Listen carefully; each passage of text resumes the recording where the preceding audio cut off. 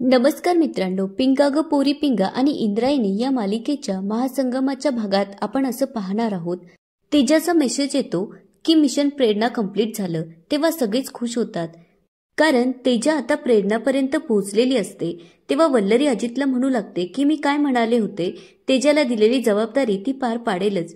तेव्हा इंद्रायणी म्हणते की काय छापलं होतं पत्रिकेत, तुम्हाला आमंत्रण नाहीये. अण्णा केदार, आता तुझ्या मांडवाच्या दारातच आम्ही येऊन पोहोचलोय. तेव्हा वल्लरी म्हणू लागते तेही कायद्याची बेडी घेऊन.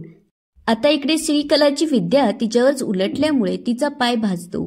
तितक्यात तिथे रघु येतो आणि म्हणतो अण्णाच्या लग्नासाठी तुम्हाला घ्यायला आलोय, चला. तेव्हा श्रीकला म्हणते त्याचा आता काही उपयोग नाहीये, कारण माझी विद्या ही माझ्यावरच उलटली आहे, माझा पाय भाजलाय. आता इंद्रायणी आणि वल्लरी नाशिकपर्यंत येऊन पोहोचल्या आहेत. त्यामुळे आता तू जाऊन तुझ्या अण्णाला सांग की ती जागा त्याच्यासाठी सेफ नाहीये, त्यामुळे लवकरात लवकर तू तिथून निघून जा. तेव्हा रघु तिला म्हणतो ठीक आहे, मी जातो, तुम्ही बसा तुमचा पाय सांभाळत, असं म्हणून तो तिथून जातो. आता इकडे इंद्रायणीने पाठवलेले गुरुजी अण्णा केदारचं लग्न लावण्यासाठी आलेले असतात. तेव्हा ते मुद्दामच वेळ घेत अण्णा केदारला हळूहळू समिधा टाकायला सांगतात. तेव्हा अण्णा केदार त्यांना म्हणतो गुरुजी लवकर लवकर आवरा ना, आणि ह्या सगळ्या समिधा एकखटी टाकायला सांगा, एक एक का सांगताय? असं केलं तर लग्न लागेपर्यंत संध्याकाळ होऊन जाईल आणि तुम्ही माझं एकट्याच का लग्न लावताय, नवरी मुलगी अजून आली नाहीये. तेव्हा अण्णा केदार तेजाला म्हणू लागतो की हे म्हातारे जाऊन प्रेरणाला घेऊन ये, ती का नाही आली अजून. तेव्हा प्रेरणा म्हणते की तिची तयारी अजून बाकी आहे. आता अण्णा केदारला खूप घाई झालेली असते, त्यामुळे तो गुरुजींना म्हणू लागतो हे बघा आता लवकर लवकर उरका, लग्नानंतरची विधी वाटल्यास 4 दिवस चालू द्या. तो पुन्हा तेजाला म्हणतो की प्रेरणाचं झालं की नाही बघून ये. वेळ हातातून निसटून चाललेली असते, त्यामुळे आता तेजाला काळजी वाटू लागते. आता ती बाजूला येऊन वल्लरीला कॉल करून विचारते की अजून तुम्ही का नाही आलात, एवढा उशीर का होतोय, आता प्रेरणाचं लग्न लागल्यानंतरच याल का. तेव्हा वल्लरी तिला सांगू लागते की इंदू आणि अदू पोलिसांना घ्यायला गेलेत, ते अजून आले नाहीये, ते आले की लगेचच आम्ही तिकडे येतो. तेव्हा तेजा म्हणू लागते मी एक गोष्ट सांगते, तुम्ही जर लवकर नाही आलात तर मीच या अण्णा केदारला मारीन, असं म्हणून ती आता फोन कट करते. आता आज अण्णा केदार आणि प्रेरणाचं लग्न लागत असल्यामुळे अजितला खूप टेन्शन येतं आणि तो म्हणतो की मीच जातो आणि बघतो त्या अण्णा केदारकडे. तेव्हा वल्लरी त्याला थांबवत म्हणते की अजित भाऊजी प्लीज तुम्ही पॅनिक होऊ नका, अण्णा केदारच्या 8-9 गुंड मध्ये आहेत, त्यामुळे तुम्ही रिस्क घेऊ नका. तितक्यात तिथून रघु जात असतो. आता रघु सगळ्यांना बघतो आणि तिथून पळ काढू लागतो. तेव्हा अजितचं अचानक रघुकडे लक्ष जातं, त्यामुळे आता अजित त्याच्या मागे धावू लागतो. तेव्हा मनोजही त्यांच्या मागे जाऊ लागतो. तेव्हा वल्लरी त्याला थांबवते. मनोज वल्लरीला म्हणतो वल्लू तू हे काय केलंस. तेव्हा वल्लरी त्याला म्हणते की ज्याचा हिशोब त्यालाच घेऊ देत, खूप सहन केलंय प्रेरणाताईने. अजितने किती विश्वास टाकला होता त्या रघुवर आणि रघुने त्यांचा विश्वासघात केला, त्यामुळे आता त्यांनाच काय करायचं ते करू दे. आता इकडे रघु स्वतःचा जीव वाचवण्यासाठी धावत जरी असला तरी पण आता त्याची अजितपासून काही सुटका नसते. इकडे तेजा आता प्रेरणाला घेऊन आलेली असते. तिला बघून आता अण्णा केदार खुश होतो आणि आजीबाईला म्हणतो, म्हणजेच तेजाला म्हणतो की आजीबाई किती बम मेकअप केलाय, किती सुंदर दिसते माझी प्रेरणा, त्यामुळे आता तुझा पगार डबल आणि बरोबर तुला एक बंगला सुद्धा. पुढे तो गुरुजींना म्हणू लागतो गुरुजी तुमचा पगार मात्र मी अर्धाच करणार आहे, कारण तुम्ही खूप स्लो काम करताय. असं म्हणत तो गुरुजींना विचारू लागतो पण तुम्ही खरे गुरुजी आहात ना. तेव्हा गुरुजी म्हणतात असं काय करता, मीच तुमच्या लग्नाची पत्रिका काढून दिली ना. तेव्हा अण्णा केदार म्हणतो आता माझी नवरी आलीये, पटपट सुरू करा. तेव्हा गुरुजींचा विधी सुरू होतो. आता प्रेरणा तेजाकडे बघू लागते. तेव्हा तेजा तिला खुणवत म्हणते की तू काळजी करू नकोस, सगळेजण लवकरच येतील. तेव्हा अण्णा केदार जबरदस्तीनेच तिथे असलेली माळ घेतो आणि प्रेरणाच्या गळ्यात टाकू लागतो. तेव्हा गुरुजी त्याच्याकडे आश्चर्याने बघू लागतात. आता प्रेरणाचा नाईलाज होतो, त्यामुळे तिला अण्णा केदार जे काही करेल ते निमूटपणे ऐकावं लागत असतं. पुढे अण्णा केदार दुसरी माळ उचलतो आणि प्रेरणाला म्हणतो आता तू माझ्या गळ्यात माळ घाल. तेव्हा प्रेरणा त्याच्या गळ्यामध्ये माळ टाकते. आता इकडे अजितच्या हाती रघु लागलेला असतो, त्यामुळे अजित त्याचा सगळा राग त्याच्यावर काढत त्याला मारू लागतो. आता इकडे जबरदस्तीचे जवळपास अर्धे विधी झालेले असतात, त्यामुळे आता तेजा साईडला जाते आणि वल्लरीला व्हॉइस नोट पाठवते. तेजा म्हणू लागते की आता प्रेरणा आलीये, त्यामुळे आता तुम्ही लवकर या. आता इकडे वल्लरी तेजाची व्हॉइस नोट मनोज आणि श्वेताला ऐकू लागते, त्यामुळे आता त्यांना खूप टेन्शन येऊ लागतं. तितक्यात तिथे अदू आणि इंदू पळत येतात आणि त्यांना सांगू लागतात की पोलीस येणार आहे, आम्ही जाऊन त्यांना सांगितलंय. तेव्हा श्वेता म्हणू लागते की पोलीस येईपर्यंत तिकडे लग्न लागून जाईल, आपण काय असंच हातावर हात ठेवून बसायचं का? तेव्हा अदू म्हणतो की तुम्ही बरोबर बोलताय. त्यामुळे आता ते सगळेजण ठरवतात की आता आपण त्यांची वाट बघायची नाही, डायरेक्टच जायचं. असं म्हणत मनोज आणि अदू तिकडे जातात. तेव्हा वल्लरीला खूप टेन्शन येतं. तितक्यात श्वेता तिला म्हणते, ही लक्षणं मला काही चांगली दिसत नाहीये, असं वाटतंय की काहीतरी वाईट घडणार आहे. आता इकडे अजितने रघुला मारलेलं असतं, त्यामुळे रघु खाली पडतो. इकडे अण्णा केदार आता मंगळसूत्र घेतो आणि प्रेरणाच्या गळ्यात घालू लागतो. अण्णा केदार आता खूप खुश असतो, पण प्रेरणा आणि तेजा मात्र काळजीत असतात, कारण अजूनही कुणीही आलेलं नसतं. तेव्हा आता काय होईल याचाच त्या विचार करू लागतात. तितक्यात कुणीतरी आल्याचा जोरात आवाज होतो, त्यामुळे आता अण्णा केदारचं लक्ष तिकडे जातं.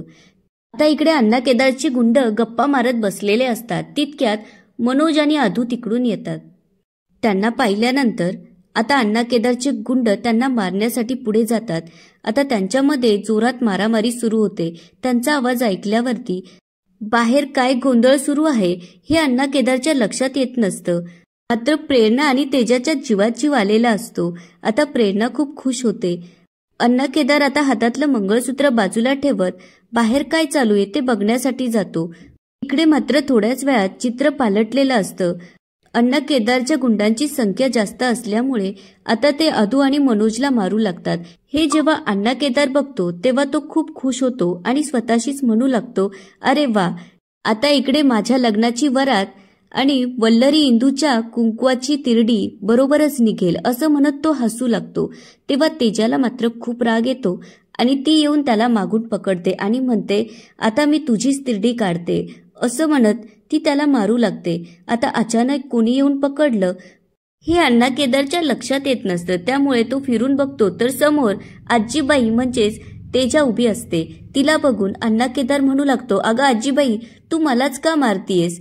मी तर तुला पैसे देणारे आणि बंगलाई. तेव्हा तेजा तिच्या डोक्यावरचा विक काढत आणि चष्मा बाजूला फेकत म्हणते की मी कुणी आजीबाई नाहीये, बघ माझ्याकडे नीट, मी तेजा आहे, तेजा. आता अण्णा केदारच्या सगळ्या गोष्टी लक्षात आलेल्या असतात, त्यामुळे तो चिडूनच डोक्यावरची टोपी आणि गळ्यातली माळ काढून बाजूला फेकतो आणि तेजाचा गळा जाऊन दाबू लागतो. तेव्हा प्रेरणा तिथे येते आणि तिच्याजवळ असलेल्या शॉलने अण्णा केदारचा गळा आवळू लागते. तेव्हा अण्णा केदार जोरात धक्का मारत तेजाला खाली पाडतो. आता अण्णा केदारने प्रेरणाला पकडलेलं असतं, तेव्हा तो तिचा हात धरून तिला तिथून ओढून नेतो. आता इकडे इंद्रायणीला खूप टेन्शन येतं, त्यामुळे ती वल्लरी आणि श्वेताला म्हणू लागते की अण्णा केदारचे आत किती गुंड आहेत याची आपल्याला कल्पना नाहीये. तेव्हा मनोज आणि अदूला जर काही झालं तर त्यावर वल्लरी तिला म्हणू लागते, पण इंद्रायणी, आपल्याला पोलीस येईपर्यंत थांबावं लागणार आहे. तेव्हा श्वेता वल्लरीला म्हणू लागते, वल्लरी, आता वेळ थांबण्याची नाहीये, कारण आता कायद्यापेक्षा माणुसकी महत्वाची आहे. त्यामुळे आता श्वेता, इंद्रायणी आणि वल्लरी एकमेकींचा हात पकडत अण्णा केदारच्या अड्ड्यावर येऊन पोहोचतात. इकडे अण्णा केदार जबरदस्तीनेच प्रेरणाचा हात पकडून फेरे मारत असतो. तितक्यात अजित तिथे येतो. आता अजित जेव्हा हे बघतो तेव्हा तो अण्णा केदार जवळ जाऊन त्याला मारू लागतो. आता अजित आणि अण्णा केदारमध्ये मारामारी सुरू होते, त्यामुळे आता प्रेरणाही तिथे जाऊन अण्णाला मारू लागते. आता इकडे वल्लरी आणि इंद्रायणी येतात आणि अण्णा केदारच्या जोरात लात पोटात मारतात. तसा अण्णा केदार खाली कोसळतो. तितक्यात अण्णाचा एक गुंड येऊन दोघींचा गळा दाबू लागतो. तेव्हा तिथे अदू आणि मनोज येऊन त्या गुंडाला मारतो आणि त्या दोघींना वाचवतो. तितक्यात अण्णा केदार उठतो आणि पाटाखाली ठेवलेली त्याची बंदूक घेऊन म्हणू लागतो की माझं लग्न मोडायला आलात का, बघतोच आता, असं म्हणत तो तिथून जाऊ लागतो. तितक्यात त्याचा पाय अडकून तो खाली पडतो आणि त्याच्या हातातली बंदूक बाजूला फेकली जाते. इकडे सगळेच जण अण्णाच्या गुंडांना चांगला चोप देत असतात. आता इकडे प्रेरणाने अण्णा केदारची बंदूक हातात घेऊन अण्णा केदारवर ताणलेली असते. तेव्हा तिला अण्णा केदारने आजपर्यंत तिचा किती छळ केला त्या गोष्टी आठवू लागतात. त्यामुळे आता प्रेरणा रागातच अण्णा केदारला गोळी घालते. आता बंदुकीच्या गोळीच्या आवाजाने सगळं वातावरण एकदमच शांत होतं. तेव्हा अजितला, अदूला, मनोजला तेजा, वल्लरी आणि श्वेताला मोठा धक्का बसतो. थोड्याच वेळात अण्णा त्यांच्यासमोर खाली पडतो. आता काय करायचं हेच कुणाला काही समजत नसतं. प्रेरणा अजूनही समोर हातात बंदूक घेऊन उभी असते. तेव्हा श्वेता तिला म्हणते की प्रेरणा, हे तू काय केलंस? आता अण्णाला गोळी लागल्यामुळे त्याच्या गुंडांनी पळ काढलेला असतो. आता प्रेरणाला बघून अजित तिच्याकडे पळत येतो आणि तिला म्हणू लागतो, तू अजिबात घाबरू नकोस, मी आहे असं म्हणत आता अजितने प्रेरणाच्या हातातली बंदूक स्वतःच्या हातात घेतलेली असते आणि तो सगळ्यांना म्हणू लागतो की प्रेरणाने काहीच केलेलं नाहीये, हे बघा हा खून मी केलाय. पुढे तो म्हणतो, प्रेरणाने आधीच खूप सहन केलंय, आता नाही, आता खूप झालं, मी तिला काहीही होऊ देणार नाहीये. आता प्रेरणाच्या हातातली बंदूक जेव्हा अजित घेतो तेव्हा वल्लरी त्याला म्हणते की अजित भाऊजी, हे तुम्ही काय केलं? त्यावर अजित म्हणतो, जे मला करायला हवं होतं. तितक्यात पोलीस गाडीचा आवाज येऊ लागतो. त्यामुळे आता सगळ्यांनाच टेन्शन आलेलं असतं. तेव्हा वल्लरी इंद्रायणीला म्हणते की इंदू आणि आदू, तुम्ही लवकर इथून निघून जा, तुम्ही या भानगडीत पडू नका. त्यावर इंद्रायणी म्हणते, भानगड कसली? हे बघ वल्लरी, मी इथून पोलीस येईपर्यंत जाणार नाही. आणि ती आदूला म्हणते, हो ना आदू? त्यावर आदू म्हणतो की हो, इंद्रायणी बरोबर बोलतीये, आम्ही तुम्हाला एकट्याला सोडून इथून जाणार नाहीये. तेव्हा वल्लरी त्यांना म्हणते, हे बघा, तुम्हाला गोरगरीब मुलांसाठी शाळा उभी करायचीये, त्यामुळे आता त्याला तुम्ही गालबोट लागू देऊ नका. तुम्ही माझं ऐका, तुम्ही इथून जा. पण इंद्रायणी आणि आदू तिचं अजिबात ऐकायला तयार नसतात. तेव्हा वल्लरी इंदूला शपथ देऊन म्हणते की तुला माझी शपथ आहे, तू आता इथून आदूला घेऊन निघून जा. आता इंद्रायणीचा नाईलाज होतो. तेव्हा वल्लरी तिच्याजवळ जाऊन म्हणते, हे बघ इंदू, मी तुला वचन देते की इथे काहीही मी चुकीचं होऊ देणार नाही. तेव्हा तेजा त्यांना म्हणू लागते, आपल्याकडे वेळ कमी आहे, हे बघा पोलीस या दरवाजाने आत येतील, त्यामुळे आता तुम्ही दुसऱ्या दरवाजाने बाहेर जा. असं म्हणत आता तेजा त्यांना बाहेर घेऊन जाते. आता इकडे इन्स्पेक्टर साहेब आलेले असतात. तेव्हा समोर त्यांना अण्णा केदारची लाश दिसते.